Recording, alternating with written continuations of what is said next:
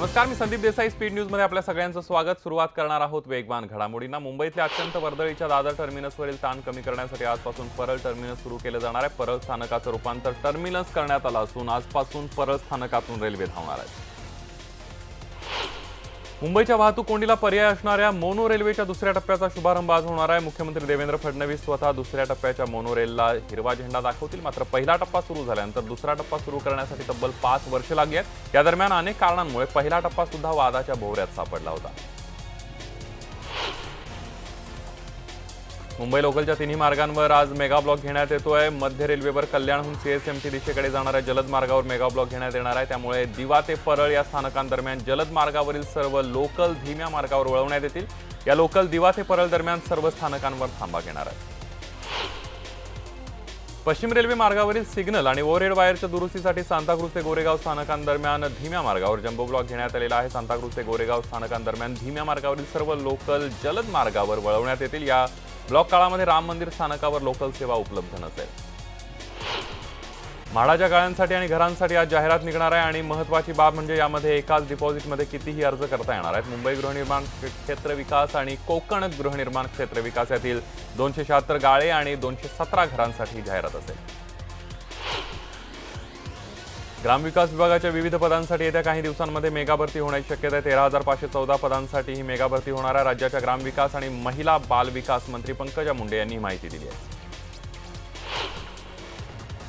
मोठ्या विरोधानंतर अखेर नाणार प्रकल्पाची अधिसूचना रद्द करण्याची घोषणा राज्य सरकारने केली आहे. रत्नागिरीतल्या नाणार प्रकल्पाला शिवसेनेचा आधीपासूनच मोठा विरोध होता. या रिफायनरीमुळे मोठ्या प्रमाणावर वनसंपदेचं नुकसान होईल असा आरोप प्रकल्पग्रस्तांचा होता.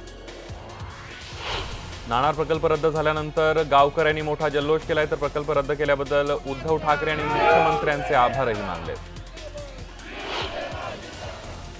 नाणार प्रकल्पाची अधिसूचना रद्द झाल्याचं जाहीर होताच रत्नागिरी शिवसैनिक आणि आमदार राजन साळवी यांनी फटाके फोडून आनंद व्यक्त केलाय. तसंच रत्नागिरीकरांना पेढे वाटून सुद्धा आनंद साजरा करण्यात आला. निवडणुकांच्या तोंडावर फडणवीस सरकारनं धनगर आरक्षणाबाबत सुवर्ण मध्य काढण्याचा पुरेपूर प्रयत्न केला. धनगरांना आदिवासींमध्ये आरक्षण देणं अशक्य असल्यानं धनगर समाजाला आदिवासींप्रमाणे सवलती देण्याचा महत्त्वपूर्ण निर्णय सरकारनं घेतलाय.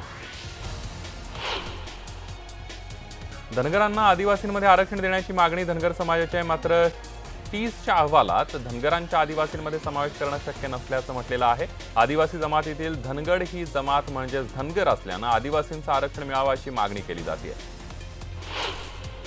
आरेमधील आदिवासींना आरेमध्येच लवकरात लवकर हक्काचं घर मिळण्याची आशा निर्माण झाली आहे. 27 आदिवासी पाड्यांतील आदिवासींच्या घरांच्या सर्वेक्षणाचं काम तत्काळ सुरू करण्यात यावं असे निर्देश गृहनिर्माण राज्यमंत्री रवींद्र वायकर यांनी दिले. मध्य रेल्वे मार्गावर येत्या सोमवारपासून 15 डब्यांची आणखी एक लोकल दाखल होणार आहे. सीएसएमटी ते डोंबिवली या मार्गावर ही लोकल धावणार आहे. मुंबईकरांना दुपारी उन्हाचा ताप तर पहाटे सुखद गारवा अनुभवायला मिळतोय. या बुधवारपर्यंत तरी पहाटेच्या वेळेला दिलासा मिळण्याचा अंदाज आहे. सकाळ आणि संध्याकाळ तुलनेनं थंड असल्यानं उकाड्यापासून नागरिकांना दिलासा मिळालाय. ठाणे पूर्व परिसरातील आनंददिघे चौकापासून मिठबंदर पर्यंत आणि अष्टविनायक चौकापासून गम कोळी मार्गावरील खाडीलगतच्या रेल्वे पुलापर्यंतच्या पदपथावर अनधिकृत स्टॉलचा विळखा पडलाय. दुकानदारांनी गाळ्याचा भाग व्यापून पदपथकावर आणि रस्त्यांवरही दुकानांचा पसारा वाढवल्यानं नागरिकांना चालणं सुद्धा मुश्किल झालंय. विमानाप्रमाणेच पश्चिम रेल्वे मार्गावरील प्रवासात सुद्धा प्रवाशांना अधिक सुविधा देण्याच्या उद्देशानं शॉपिंग ऑन बोर्ड ही नवीन सुविधा सुरू करण्याचा निर्णय घेण्यात आलाय. महिलांची सौंदर्य प्रसाधनं, लहान मुलांचे खेळण्याचं साहित्य शॉपिंग ऑन बोर्डमध्ये असणार आहे. मुंबईमध्ये आंतरराष्ट्रीय दर्जाचे सर्व भाषिक ग्रंथालय उभारण्याचा संकल्प पालिका आयुक्त अजॉय मेहता यांनी केलेला आहे. पालिका सभागृहाच्या विशेष बैठकीमध्ये शनिवारी 2019-20 या आर्थिक वर्षाच्या अर्थसंकल्पाला मंजुरी देण्यात आली. यावेळी नगरसेवकांकडून सर्व भाषिक ग्रंथालय उभारण्याची मागणी करण्यात आली होती. शहरासह जिल्ह्याची अंतिम मतदार यादी प्रसिद्ध करण्यात आली आहे. या मतदार यादीतील नावं तपासणी आणि नव्यानं नावं नोंदणीसाठी जिल्हा निवडणूक शाखेकडून विशेष मोहीम आयोजित करण्यात आली आहे. या मोहिमेअंतर्गत काही त्रुटी असल्यास दुरुस्तीसाठी अर्ज करण्याची आणि मतदार म्हणून नाव नोंदवण्याची संधी उपलब्ध होणार आहे. अन्नपदार्थाचा राखलेला दर्जा आदी विविध निकषांमध्ये गिरगाव चौपाटीवरील भेल प्लाझा सर्वोत्कृष्ट ठरलाय. नवी दिल्ली इथल्या फूड सेफ्टी स्टँडर्ड्स इंडिया आणि राज्य सरकारच्या एफडीएनं क्लीन फूड स्ट्रीट हबसाठी केलेल्या सर्वेक्षणामध्ये हा मान मिळाला. नवी मुंबईमध्ये वाहतुकीच्या नियमांचं उल्लंघन करणाऱ्या वाहन चालकांचा वाहन चालक परवाना 3 महिन्यांसाठी निलंबित करण्याची मोहीम आरटीओनं सुरू केली आहे। आरटीओ अधिकाऱ्यांनी ठिकठिकाणी कारवाई करून 810 बेशिस्त वाहन चालकांचे परवाने निलंबित केले। पश्चिम आणि मध्य रेल्वेला हायर जारी करण्यात आलेला आहे। गुप्तचर यंत्रणांनी दिलेल्या माहितीनंतर पश्चिम रेल्वेवरील सर्व स्थानकांवर सुरक्षा वाढवण्यात आली आहे। त्यामुळे प्रवास करताना संशयास्पद वस्तू किंवा व्यक्ती दिसल्यास तातडीने पोलिसांना कळवण्याचं आवाहन पोलिसांनी केलं आहे।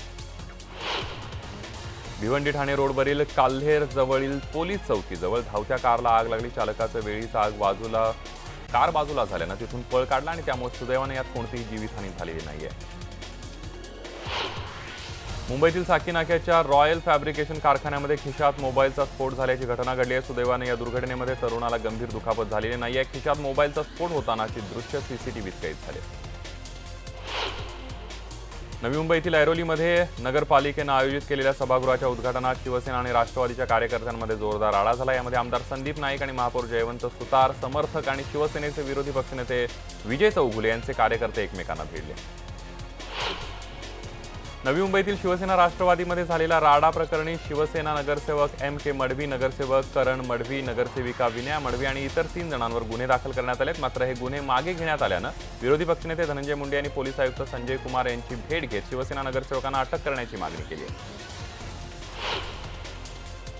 3,500 कोटींचं बजेट सादर करणाऱ्या नवी मुंबई महापालिकेला मात्र मालमत्ता करात उतरती कळा लागली आहे। मागील 2 वर्षात मालमत्ता कर संशयास्पदरित्या वसुली होत असल्यानं महापालिकेला 602 कोटींची मालमत्ता कराच्या उत्पन्नामध्ये तूट आली आहे। एकूण 2,400 कोटी रुपयांची थकबाकी आहे। नवी मुंबई महापालिकेनं आपल्या कर्मचाऱ्यांना 7वा वेतन आयोग लागू केलेला आहे। तर दुसरीकडे मालमत्ता कराची थकबाकीदारांकडून थकीत रक्कम वसूल करण्यासाठी महापालिकेनं अभय योजना मंजूर केली आहे, जेणेकरून मालमत्ता कराचा व्याज माफ करून कराची मूळ रक्कम महापालिकेला मिळणार आहे।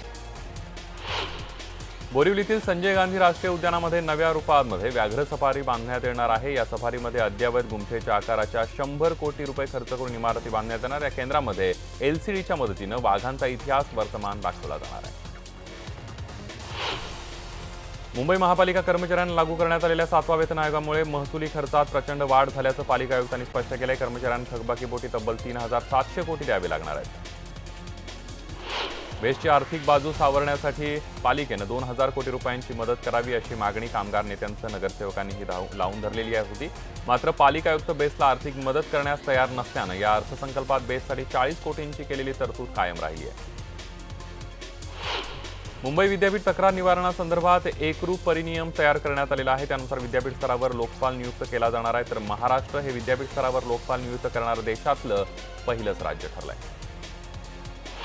उन्हाळी सुट्ट्यांच्या 4 महिने आधीपासूनच रेल्वेचं तिकीट बुकिंग मिळत नसल्यानं याचा गैरफायदा दलालांना होतोय। कम्प्युटरमध्ये अनधिकृत सॉफ्टवेअर टाकून तत्काळ तिकीट देणारे हे दलाल ग्राहकांकडून हवे तितके पैसे घेऊन आपलं उखळ पांढरं करतायत। दरम्यान कुर्ल्यामध्ये अशा काही दलालांना पोलिसांनी अटक केली। अंबोली पोलिसांनी आंतरराष्ट्रीय तस्करीसाठी परदेशात पाठवण्यात येणारे 9.5 कोटी किमतीचे 500 किलो वजनाचे रक्तचंदन हस्तगत केले। पोलीस निरीक्षक दया नायक यांनी मोठ्या प्रमाणावर रक्तचंदन बेकायदेशीररित्या तस्करी करण्यात येणार असल्याची गुप्त माहिती मिळाली होती आणि त्यानंतर ही कारवाई केली। उल्हासनगरमध्ये मांडूळ जातीच्या सापाची तस्करी करण्यासाठी आलेला आरोपी देवदास हुमरेला पोलिसांनी अटक केली। त्याच्याकडून 15 लाख रुपये किमतीच्या सापाची सुटका करण्यात आली आहे। अंबरनाथच्या शिवमंदिरातील आर्ट फेस्टिव्हलला लाखोंच्या संख्येनं भाविक हजेरी लावतायत। भाविकांची संख्या लक्षणीय असल्यानं गाभाऱ्यामध्ये येण्यासाठी प्रवेशबंदी करण्यात आली। त्यामुळे भाविकांना महाशिवरात्रीच्या दिवशी बाहेरूनच दर्शन घ्यावं लागणार आहे। नकली सीबीआय ऑफिसर असल्याची बतावणी करून लोकांकडून विदेशी चलन बदलून देणाऱ्या 2 भामट्यांना दिंडोशी पोलिसांनी अटक केली आहे। लोकांना धमकावून आपण सीबीआय आणि क्राईम ब्रांच अधिकारी असल्याचं सांगून ते नागरिकांकडून पैसे लुटायचे। त्यांच्यावर मुंबईच्या विविध भागात गुन्हे नोंदवण्यात आले। एका वृत्तपत्रानं सोशल मीडियावर प्रसारित केलेल्या बातमीवर राज ठाकरेंच्या संदर्भात आक्षेपार्ह कमेंट करणं नाशिकमधल्या एका युवकाला चांगलंच महागात पडलं। या युवकाला मनसेच्या कार्यकर्त्यांनी बेदम चोप दिलाय। नाशिकमध्ये राष्ट्रवादी काँग्रेसच्या कार्यकर्त्यांनी कांद्यासह शेतमालाला हमीभाव जाहीर करण्याच्या मागणीसाठी रास्ता रोको केला। यावेळी आंदोलकांनी सरकारविरोधात जोरदार घोषणाबाजी केली। आंदोलकांनी रस्त्यावर कांदा फेकून सरकारचा निषेध केला।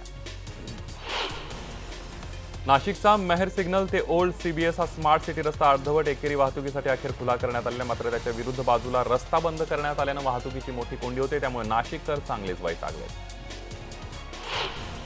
सिंधुदुर्गातल्या चिपी विमानतळाचं अखेर लोकार्पण केलं जाणार आहे। येत्या 5 मार्चला या विमानतळाचं मुख्यमंत्री देवेंद्र फडणवीस यांच्या हस्ते लोकार्पण होणार आहे। पुण्याच्या सदाशिव पेठेतील शनिपाराजवळ असणारं 178 वर्ष जुनं झाड बेकायदा तोडून टाकल्याचा आरोप स्थानिकांकडून करण्यात आला। या झाडाला ऐतिहासिक महत्त्वही होतं। या झाडाच्या पारावर महात्मा फुले आणि कृष्णशास्त्री चिपळूणकर यांनी शाळा सुरू केली होती। लोकसभा निवडणुकीसाठी आरपीआयला 2 जागा द्या अशी मागणी रामदास आठवले यांनी केली आहे। दरम्यान रामदास आठवले हे युतीत नाराज असल्यानं ते राष्ट्रवादीचे ज्येष्ठ नेते छगन भुजबळ यांची भेट घेणार असल्याचं बोललं जात होतं। लोणावळा रेल्वे स्टेशनच्या सुशोभीकरणासह स्टेशन अद्ययावत करण्याचं काम रेल्वे प्रशासनानं हाती घेतले। लोणावळा हे पुणे आणि मुंबई या महानगरांच्या मध्यभागी असलेलं गिरी पर्यटन स्थळ आहे आणि त्यासाठी 5 कोटींचा निधी मंजूर करण्यात आला आहे। पिंपरी चिंचवड महापालिकेतील तिजोरीच्या चाव्या मिळवण्यासाठी सत्ताधारी भाजपमध्येच रस्सीखेच सुरू झाली आहे। स्थायी समिती अध्यक्षपदासाठी पक्षातर्फे दिलेल्या गेलेल्या अधिकृत उमेदवाराविरोधात बंडखोरी करत भाजपच्याच नगरसेविका शीतल शिंदे यांनी स्थायी अध्यक्षपदाच्या निवडणुकीमध्ये अर्ज दाखल केला आहे। नाशिक शहरामध्ये सर्वांना विश्वासात घेऊन पोलिसिंग केलं जाईल असा विश्वास नाशिक शहराचे नवनियुक्त पोलीस आयुक्त विश्वास नांगरे पाटील यांनी व्यक्त केला आहे। काल विश्वास नांगरे पाटील यांनी पदभार स्वीकारताना ते बोलत होते। नाशिकचे मावळते पोलीस आयुक्त रवींद्र कुमार सिंघल यांना निरोप देण्यासाठी त्यांना रथात बसवून तो रथ दोरीच्या सहाय्याने ओढण्यात आला। सिंघल हे याआधी 3 वर्ष नाशिकचं काम पाहत होते। नाशिक ग्रामीण पोलीस अधीक्षक पदाचा पदभार आरती सिंग यांनी स्वीकारलाय। मावळते पोलीस अधीक्षक संजय दराडे यांनी आरती सिंग यांच्याकडे पदभार सोपवला। नाशिकच्या नदीपात्रात उभारण्यात आलेल्या महाकाय होर्डिंगवर कारवाई करण्यात आली। नाशिकमध्ये होर्डिंगच्या माध्यमातून लाखोंची उलाढाल अनधिकृतपणे केली जात होती। मात्र न्यूज 18 लोकमतची बातमीची दखल घेत जलसंपदा मंत्री गिरीश महाजन यांनी नदीपात्रातील होर्डिंग जमीनदोस्त केले। 960 वर्ष अतिप्राचीन शिवमंदिरात परिसरामध्ये आयोजित अंबरनाथ शिवमंदिर आर्ट फेस्टिवलचा आजचा दुसरा दिवस सुप्रसिद्ध पार्श्वगायिका अलका याग्निक यांच्या गाण्यानं बहरला। नाशिकमध्ये सामाजिक न्याय विभागाचे विशेष पुरस्कार वितरण सोहळ्याचं आयोजन करण्यात आलं होतं। या सोहळ्याला केंद्रीय राज्यमंत्री रामदास आठवले, मंत्री राजकुमार बडोले, राज्यमंत्री दिलीप कांबळे यांचं वरिष्ठ आमदार अधिकारी उपस्थित होते। यावेळी रामदास आठवले यांनी सभागृहामध्ये चारोळ्यांचं सादरीकरण केलं। नाशिक शहरामध्ये सर्वांना विश्वासात घेऊन पोलिसिंग केलं जाईल असा विश्वास नाशिक शहराचे नवनियुक्त पोलीस आयुक्त विश्वास नांगरे पाटील यांनी व्यक्त केला।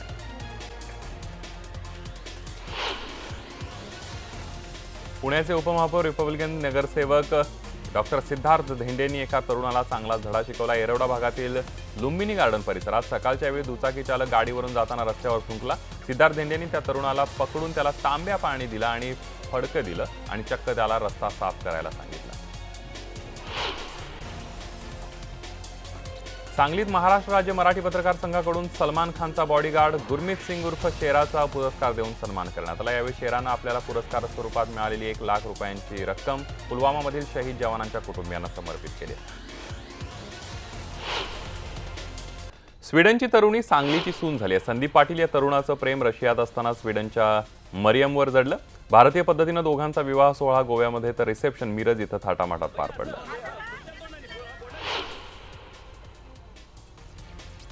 मालेगाव महापालिकेच्या विशेष सभेमध्ये पाणीपट्टी करवाढीला विरोधी पक्षाच्या नगरसेवकांनी विरोध करत प्रचंड गोंधळ घातला। महिला नगरसेवकांनी तर हातात रिकामे हांडे घेऊन महापौरांना घेराव घालण्याचा प्रयत्न केला, तर काही नगरसेवकांनी राजदंड पळवण्याचा प्रयत्न केला। पहाटे जळगाव शहरातील शिवाजीनगर परिसरात काही झोपड्यांना भीषण आग लागली। या आगीमध्ये अनेक झोपड्या जळून खाक झाल्यात। आगीचं कारण अद्याप समजू शकलेलं नाहीये। बालाकोटमध्ये हवाई दलाचा हल्ला झालाच नाही असा कांगावा करणाऱ्या पाकिस्तानची पोलखोल झाली आहे। बालाकोटमध्ये हल्ला झाल्याची कबुली खुद्द जैशचा म्होरक्या मसूद अझहरच्या भावानं दिली आहे। आर्मी हॉस्पिटलमध्ये उपचार घेत असलेल्या अभिनंदन यांनी पाकिस्तानमध्ये त्यांच्यावर नेमकं काय झालं याबद्दल माहिती दिली आहे। पाकिस्तानात त्यांना शारीरिक छळ झाला नाही, मात्र मानसिक स्तरावर खूप त्रास देण्यात आला असं ते म्हणाले। काँग्रेस अध्यक्ष राहुल गांधी झारखंडच्या दौऱ्यावर होते। यावेळेला राहुल गांधींचं वेगळं रूप सर्वांना पाहायला मिळालं। एका सभेनंतर राहुल गांधी यांनी स्थानिकांबरोबर नृत्य केलं। हा व्हिडिओ सोशल मीडियावर व्हायरल झालाय। भारत पाकिस्तानमधील तणावाच्या पार्श्वभूमीवर स्थगित करण्यात आलेली समझोता एक्सप्रेसची सेवा आजपासून सुरू होणार आहे। दोन्ही देशांनी रेल्वे सेवा पुन्हा सुरू करण्याचा निर्णय घेतलाय।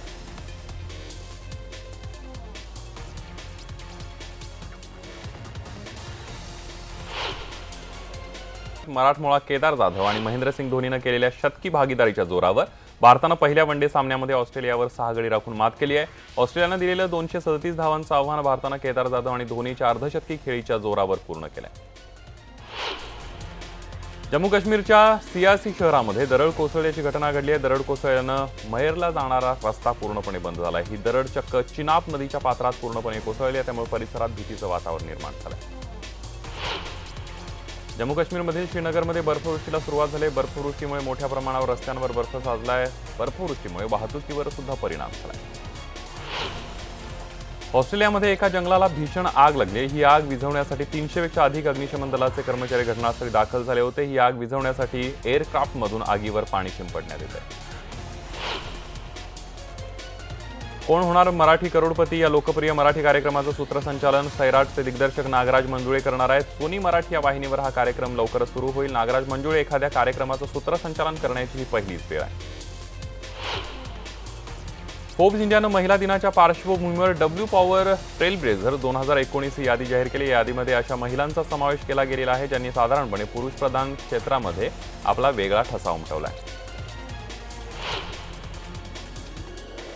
बॉलिवूडमध्ये सध्या बायोपिकचा ट्रेंड सुरू झालेला आहे। त्यामध्ये आता बॉलिवूडचा सिंघम अर्थात अभिनेता अजय देवगण एका बायोपिकमध्ये झळकणार आहे। फुटबॉल प्रशिक्षक सय्यद अब्दुल रहीम यांच्या जीवनावर आधारित चित्रपट प्रेक्षकांच्या भेटीला येणार असून त्यामध्ये अजय देवगण मुख्य भूमिका साकारणार आहे।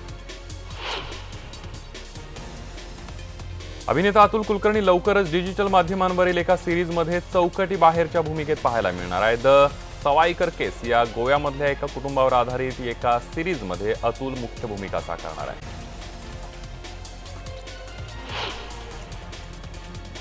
या काही घडामोडींचं बुलेटिनमध्ये इथंच थांबूया। ताज्या बातम्यांसाठी पहा फक्त न्यूज 18 लोकमत।